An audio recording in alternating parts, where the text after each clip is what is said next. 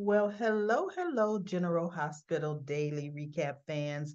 Today's daily recap is for Tuesday, November the 28th, 2023. Tuesday, November the 28th. Well, guess what, y'all? Remember, I was asking the question, starting to get a little cloggy in my throat.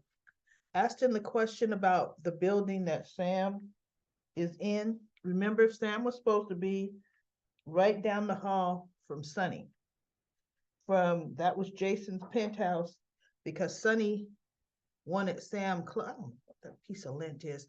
Sunny wanted Sam close because he got back with Carly, and Sam was pregnant with Sunny's child. So it was just you could pretty much see from Sunny's door the way it used to be.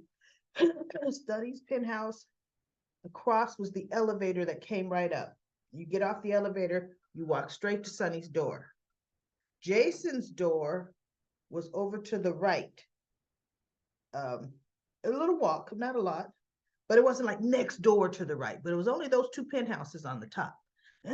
So from Sunny's door, if he looked out and he looked right that way, he could see Jason's door. But I see they've changed because now they've got walls, like corridors. But Sunny made a point. Hi, neighbor. And she kind of chuckled. He said, I love the way that you all live this close to me because I can see, well, pretty much see your house, your penthouse, but I like my family, my grandchildren, my my kids, my grandchildren living close. So she's like, come on in. So that was making me think, huh, was one of the writers listening to me ask that? Look, I know they ain't listening to me, but that's like wishful thinking, huh? But remember, I said they're supposed to be neighbors. I mean, literally the only two penthouses up on that floor. So they brought it up out the blue, didn't need to be brought up, but they did, and they clarified that for us. So thank you, GH.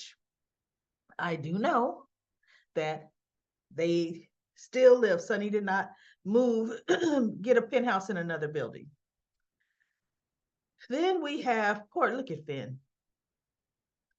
Don't he feel like he has just been sent to the principal's office? He is prescribing a course of action or treatment, plan of treatment for his patient. And he has to get doctor approval, higher level doctor approval. So it's either Portia or Terry. So Portia's looking it over, and Elizabeth's at the nurse's station, just looking like he shouldn't have to go through that. And Finn is just like, oh goodness, oh, how embarrassing is this? Because any other doctor, look, even TJ don't have to get other doctor approval, and TJ's brand new, right? So anyway, she says, oh, I agree, everything looks good. As soon as I get back to my office, I am going to approve this. And so Finn is like, thank you. And he flips the iPad or the tablet over and he goes on his way, just mortified. So Portia turns to the nurse's station, like to Elizabeth, and she's like, well, that was awkward. Because look, it's not easy for her either, right? And so Elizabeth has the nerve to be Elizabeth, who will push and bend every rule to her whim, because that is Elizabeth. And Terry says, and the way she was talking to Terry, he shouldn't have to, blah, blah. She said, Elizabeth, I am not the enemy. I am co-chief of staff of this hospital. And I will hold the regulations and the rules, hold together the rules, because we're under scrutiny from the hospital to Dr. Finn. And so Liz was like, yeah, I know it's not you personally, but, and she's like, hey, like, don't shoot the messenger, girl. You know, So anyway, she says, "Where is Dr. Gatlin Holt? He was supposed to be back at work today because he took some days off. And yeah, he sometimes is a little late, but this is not him. He is never this late." And so Elizabeth's like, "I know, and I've been calling and he's not answering." And Portia says, "I've been calling too." So she goes, "Can you keep calling?" And Elizabeth says, "Yes, I can." Right.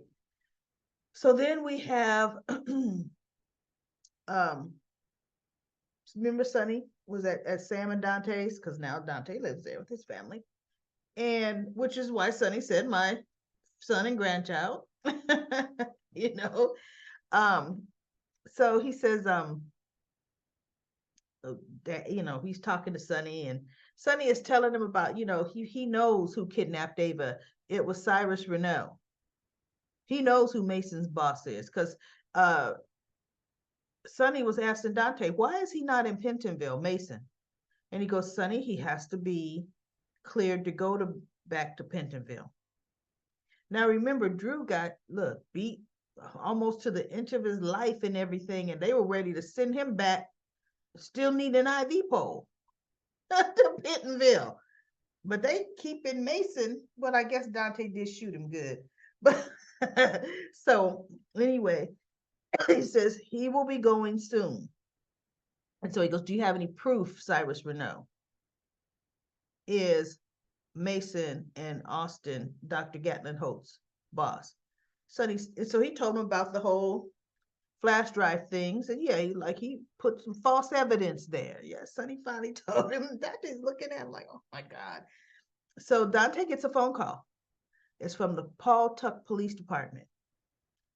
And no, he didn't get a phone call. Dante made a phone call. He called Austin because he said, "Look, I'm gonna get some answers from Austin." And somebody says, "Hello?" And Dante's like, "I'm looking for Austin Gatlin Holt." And he goes, "Who is this?" And Dante says, "Well, this is Detective Dante Falconeri from the PCPD. Who is this?" Right? And he goes, "This is the Paul Tuck Police Department. Dr. Austin Gatlin Holt was found dead in, a house here in Paul Tuck." And Dante's like, "Oh my God." Right? And so Dante hangs up and he tells Sonny. And Sonny's like, "Wait, what?" And he goes, "Yeah, at a house in Paul Tuck." And so Dante looked at Sonny and said, "Did you have anything to do with that?" So Sonny looks at him.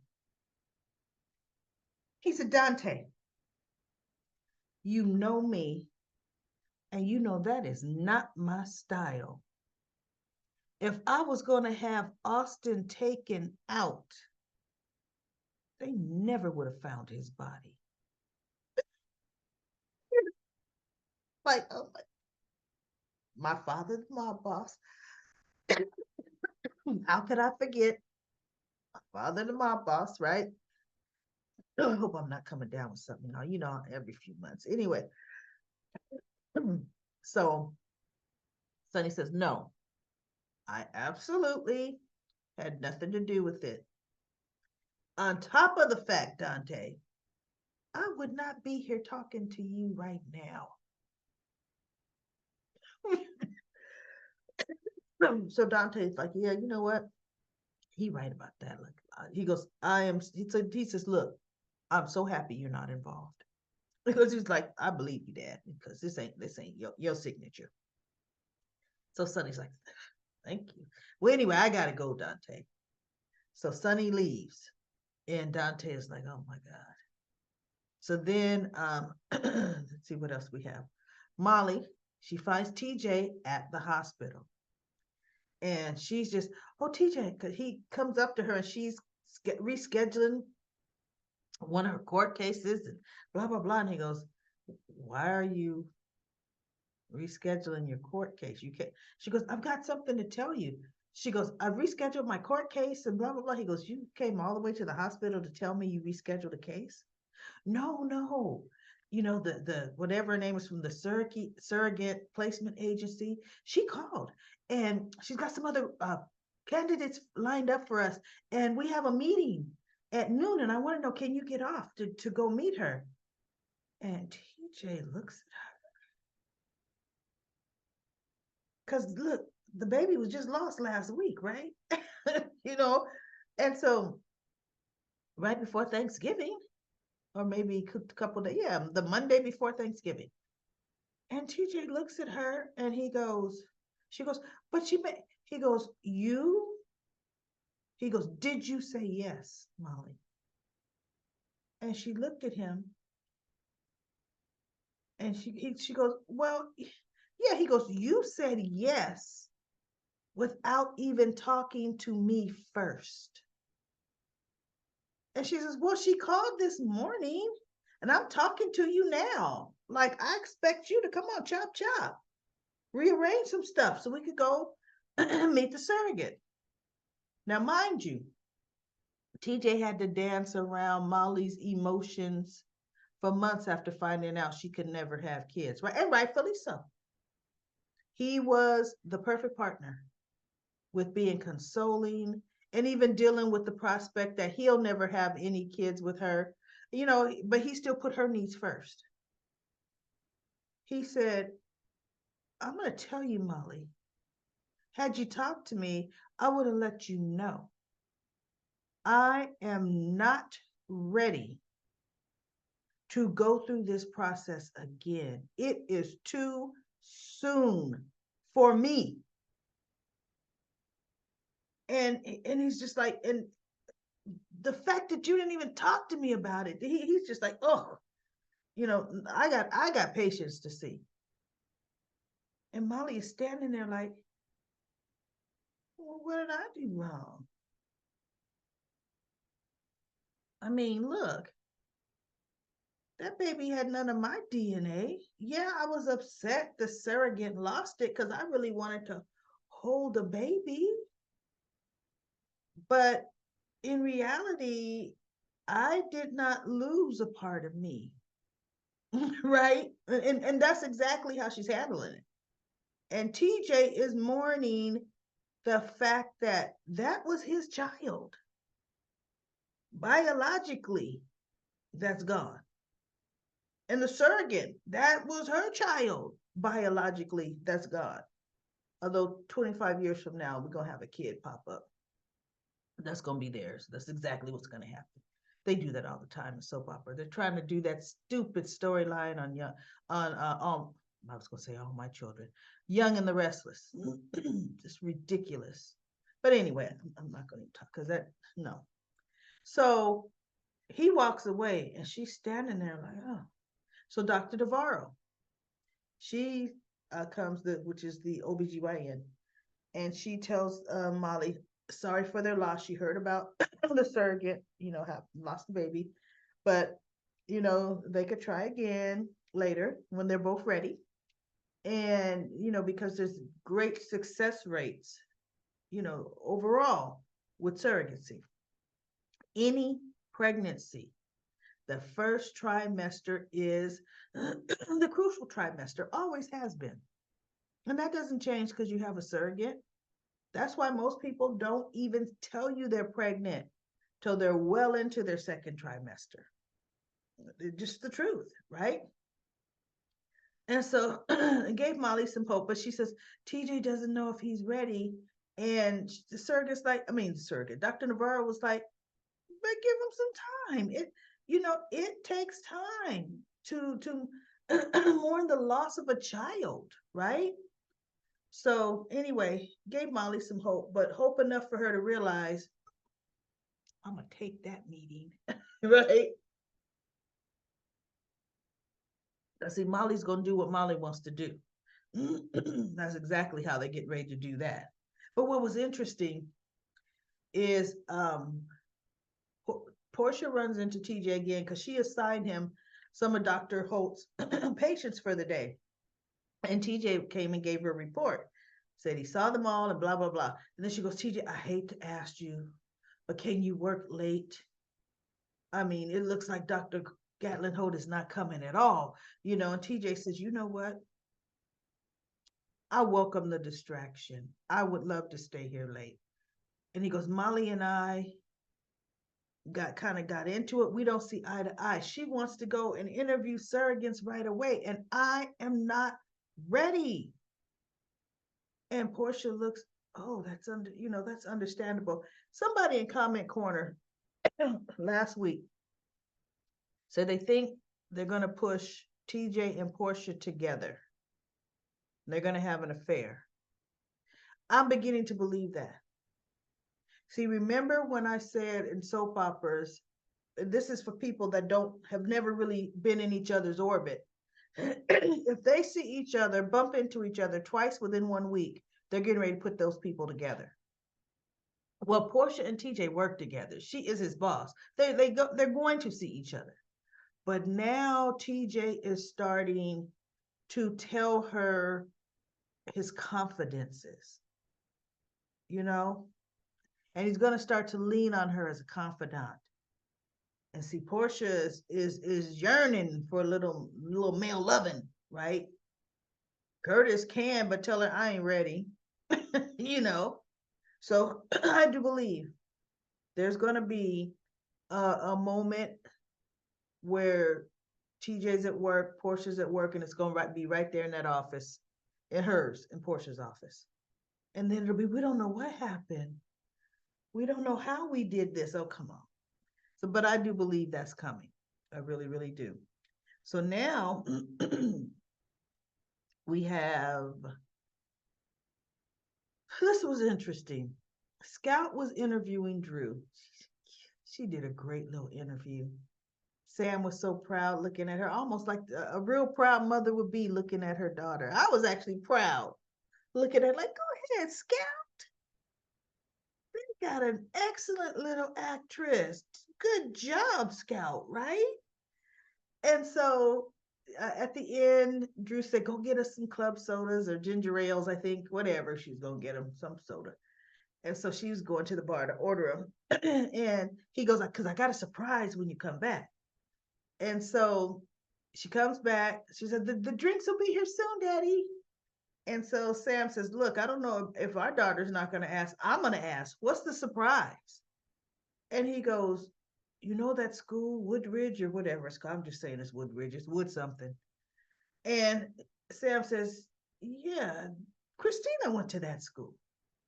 And he said, yeah, it's a private school.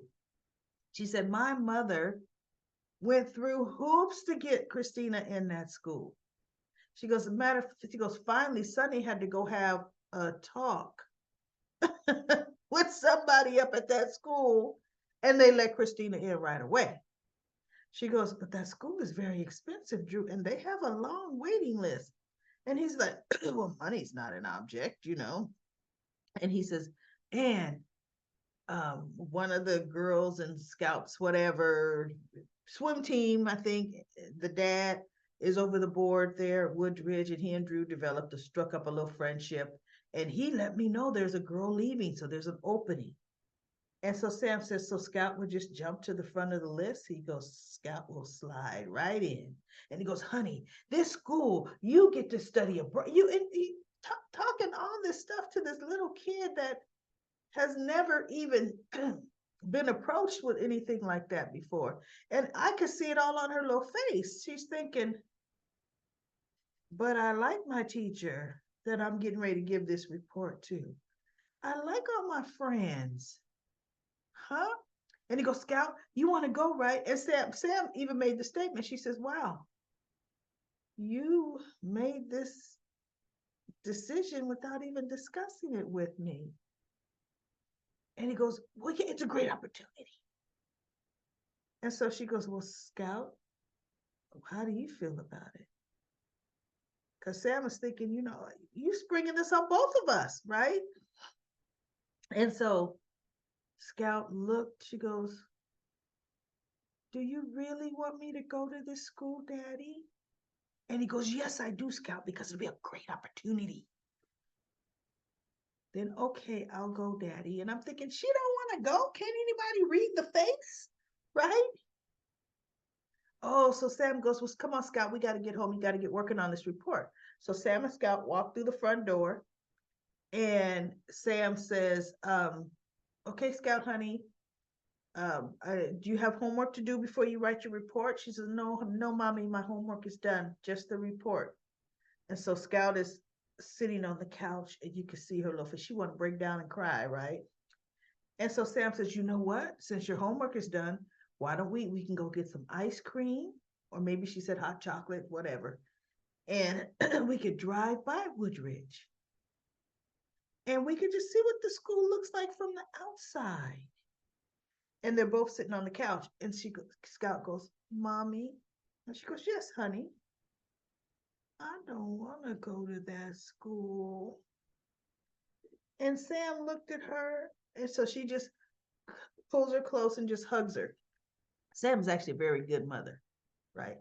Pulls her close and just hugs her. And I'm thinking, okay, now Sam is going to give Drew the once over. You don't make no decisions like that and spring it on me and my child at the same time. Don't ever do that again. She only said yes because you fresh out of the pen, okay? And she's happy to have you back, and she'll do anything to please you. She don't want to go. And Sam, I know Sam's going to say, and she ain't going. We are not about to have my child sent to a school she don't want to go to. That was never in the plan. So I'm looking forward to Sam handling that business. I really, truly am looking forward to that, because I didn't like the way he did that too. So then we also have Alexis and Laura. They're meeting for lunch at the Port Charles Grill. Now, remember, Cyrus is a dishwasher back there. But guess what? Cyrus got promoted within a day because he's busboy too. I'm thinking dishwashers, you back in the back busting suds. How many dishwashers do you ever see when you at a restaurant? You rarely do, because they busting some suds, right? Well, he's busting some tables. Look, he's busting some tables and breaking some dishes. They come in, they don't even notice him. And I thought, where's your surrounding self-awareness skills, ladies? Now, for one, Laura knows he works there. He told her. So for two, you think she would kind of be glancing, saying, oh, I wonder is my brother working today? Not that I want to see him, but is he working today? You know? Right? Not a thought. And he's looking like, there's my dear sister. It's my dear Laura. Look my way, Laura. You know, I'm gonna go back and forth. Oh, he's just back and forth. Alexis should have caught some peripheral. Laura too, with the way he kept going back into the back, bringing stuff. He working. You know, he's the only one in there working. So they're talking about Esme because Laura was cute. Laura's asking Alexis, how's Esme doing on the job? And Alexis says, surprisingly well. She's efficient. She's this, she's that. She stays 2 steps ahead of me, which is hard to do. She even came in and asked me for a raise, and I gave it to her because she deserved it. And Laura says, I'm happy to hear that because she wants to move out. And I told her I would co-sign and help her with the rent. So Laura said, but I just wanted to know, do you feel she'll be still gainfully employed over the next few months or more? And Alexis says, as far as the job she's doing, yes, she will. So Cyrus is listening to all this. And then Laura says, sadly, because then they talk, she goes, how's Spencer taking it? And Laura says, oh, initially, he was fighting it. Oh, I was worried. She goes, but now he's not fighting it. He's accepting it. She goes, and so I think Alexis said Trina, and Laura said, Trina's a very good influence on Spencer. And Cyrus is hearing all this. And so she goes, as a matter of fact, Spencer is not the grandchild I'm worried about. And so Alexis looked at her and said, Charlotte. She goes, yes, Charlotte. So I forget what topic they were on. And Cyrus drops the tray of dishes. And he kind of looks up, but he's looking up, his back is to them, because now they look and say, who dropped the dish? And then they realized it was Cyrus. And he's, at the table next to them or walking right there by him, and they didn't notice him. And so the manager on duty walks up to him and actually talks very rude and belittles him, told him, get out, clean up this mess. And all of these dishes are coming out of your paycheck today. And be all, I don't see, even me, we know that Cyrus Renault, we know this is an act and we know he's a bad guy. But I don't know if that manager knows he's an ex-con. Maybe he does. Maybe he doesn't like the fact that the restaurant's policy is hiring ex-cons, giving them a second chance. But in front of the customers, he talked bad to him. And even me in real life, if I'm at a restaurant and mishap happens, somebody drops, breaks a dish, it happens. I don't want to see the manager or their boss berate them in front of us. Because see, I'm the kind of customer say, you know what, accidents happen. This person is human. You're probably overworking them, but don't talk to them like that in front of me. That's not a good look for the restaurant, okay? Right? I don't like that. So anyway, he goes, yes. And the look, Cyrus is real good with the look of, oh, I'm sorry, right away. Yes, sir. And he goes and he looks at Laura, and Laura's like, oh no, poor Cyrus. And he sweeping it up, and then he goes and Laura and Alexis wrap up their lunch, or they're done wrapping it up, not wrap up the tape, but wrapping up their conversation. And by this time he's already sweeping up with the broom as they're getting ready to leave. And Alexis says, okay, I'll see you. Thanks for lunch, Laura. And Laura grabs her purse and they both go walking out. And I thought, and Alexis says, do you honestly believe he's changed? Now, he didn't hear this. And Laura said, you know what? I honestly believe people deserve a second chance. I honestly believe that. So that means my brother deserves a second chance. She says, what he does with that second chance is up to him. Kind of like, and I'm watching. Right? Because Alexis is like, ooh, he doesn't know who his employee is. Thinking Cyrus is going to arrange to have him to be taken for a drive after work. And quite frankly, that could be what's going to happen.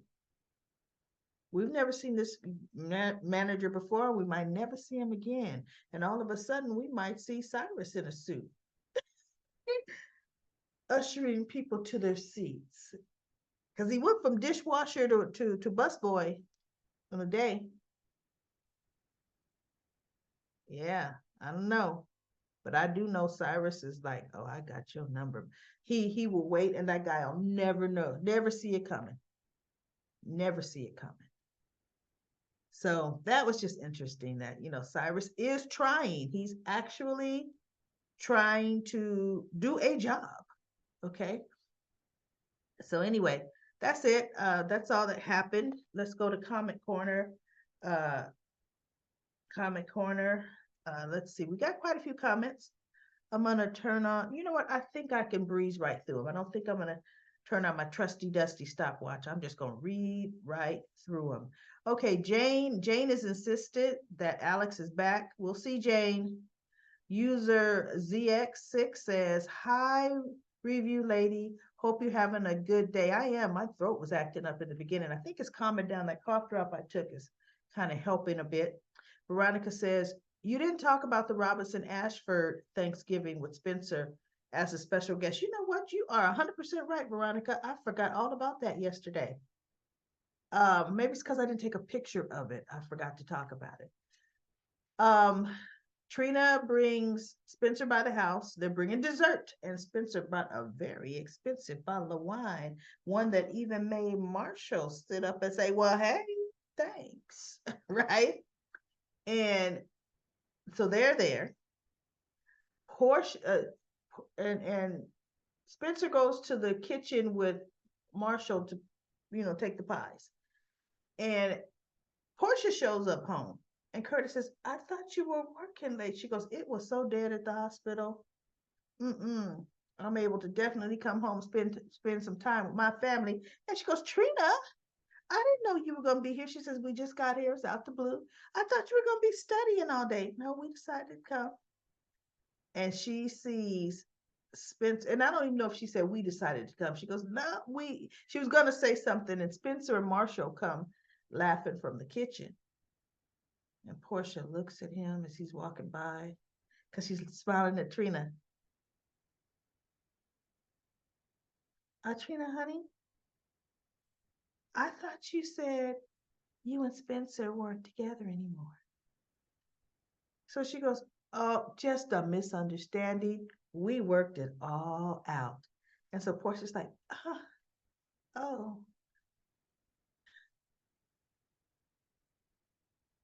you know, and so they sit down and they eat, and I guess now dinner is over.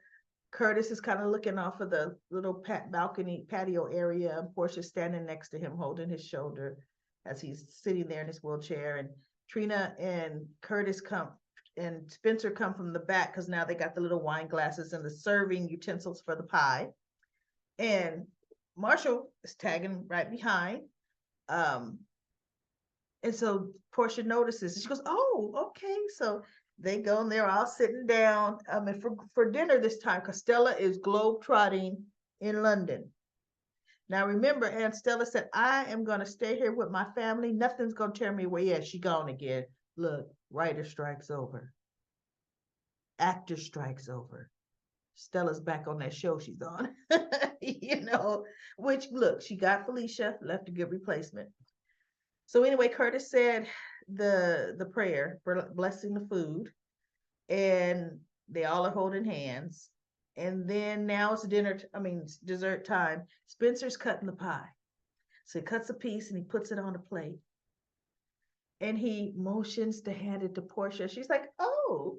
And she's lifted and he goes, not psych. And he turns it and he puts it down right in front of Trina. And Portia goes, oh. And Trina's like, you. I like that. Go Spencer. You fit right in. So yeah, I did forget to talk about the Ash for Thanksgiving. Linda says, yes, Colton Scott was another Nicholas. He played the character perfectly. Please, Frank, get Colton Scott. I looked up his picture. I still don't remember him as Nicholas. I really don't. Crystal says, I like Colton Scott, who played the second Nicholas. He was way better than TC. May he rest in peace. See, I don't know. And I'll probably beg to differ because if he was way better than Tyler, I probably would have liked him. May he rest in peace. But they should see if they could get Scott back. Well, look, Scott has to be better than them last two they cast as Nicholas. So I'm open. I'm open for him coming back, even though I don't remember him. And Sabrina says, hi, Daily Recap Lady. Excellent review. I agree with you. There will never be another Tyler Christopher. May he rest in peace. I also think there should be a recast. There's an actor on The Bold and the Beautiful. He plays Thomas Forrester. I think he would be the perfect recast. And you know what? He would be the perfect recast. Because Thomas Forrester, this actor playing Thomas, is very devious, very calculating, smidge on the deadly side, right? I just don't know age wise. Could he pull off being that much older than Spencer? Even though some of these other ones look too young to be Spencer's. This last one, too young to be Spencer's father, right? But an actor like the actor playing Thomas Forrester would do well, actually. That was interesting. Good thought. Nina got smoke from Anna, Ned, and Michael. Love the spring scenes. I hope they are protecting themselves. It's so good to see Emma. I wish she and Spencer would run into each other before she leaves and goes back to California. Gloria's storyline was not needed. Not needed in the least, not needed at all. Ridiculous, right?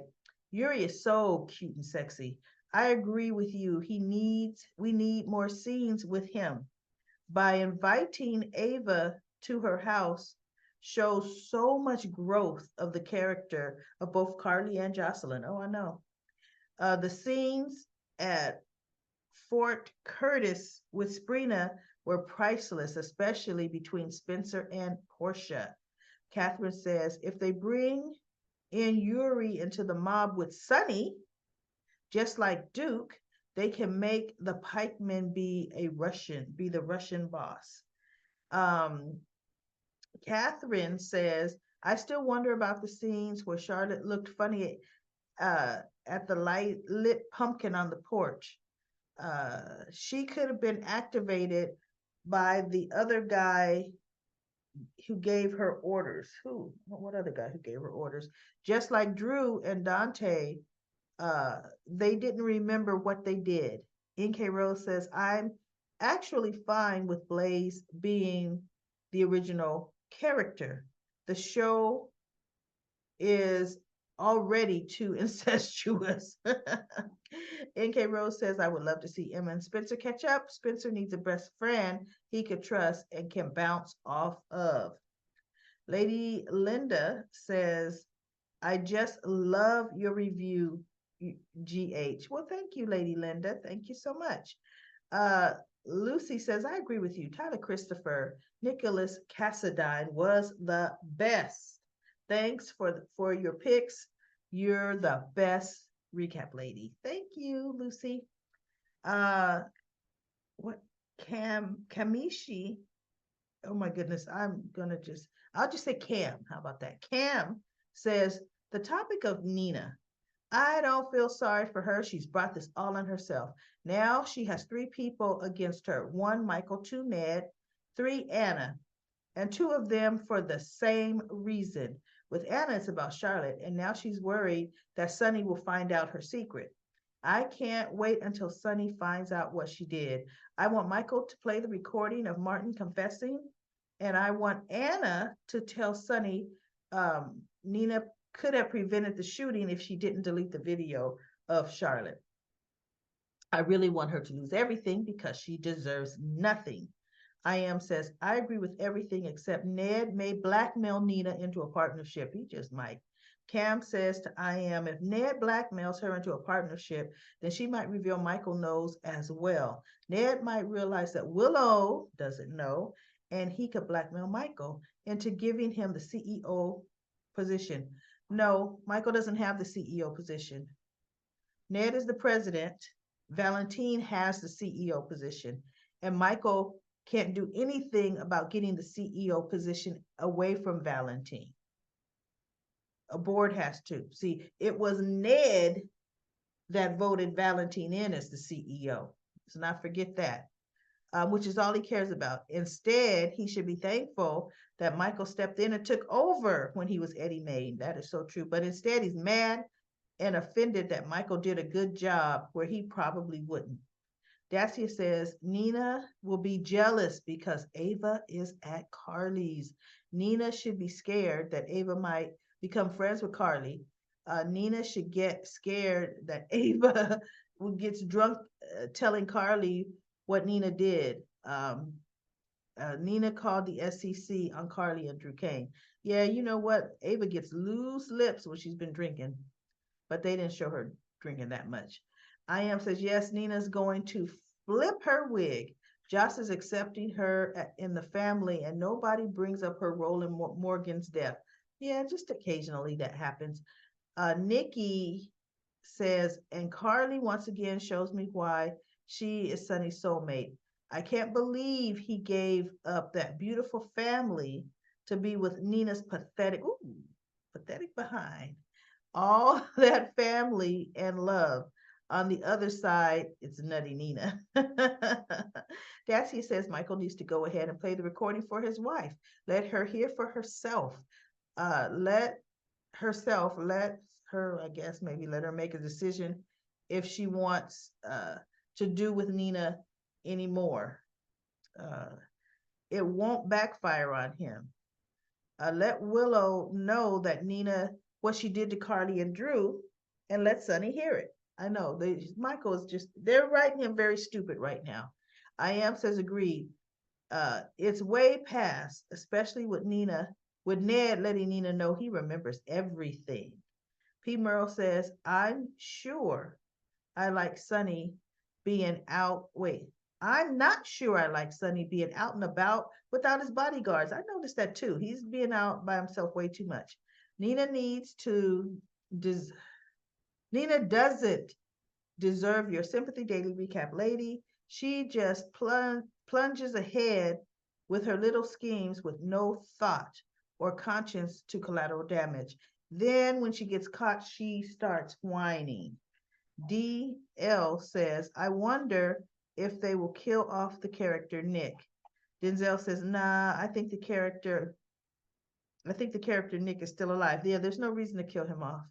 Denzel says, DL says to Denzel, yeah, I know, but I was wondering since Tyler passed away, they will rest the character. No, the character of Nicholas has gone on way too many years since Tyler left the part, period. Right? But it seems unlikely as the show still hasn't covered Bobby's death. I don't know when they're going. I think it's going to be soon. And then Sherry says, I love that he, Nick, he was the best of all times, meaning Tyler Christopher. Okay, everybody, that is Comment Corner. I sped right through it because I wanted to get all those comments in. I will be back tomorrow for another daily recap of General Hospital.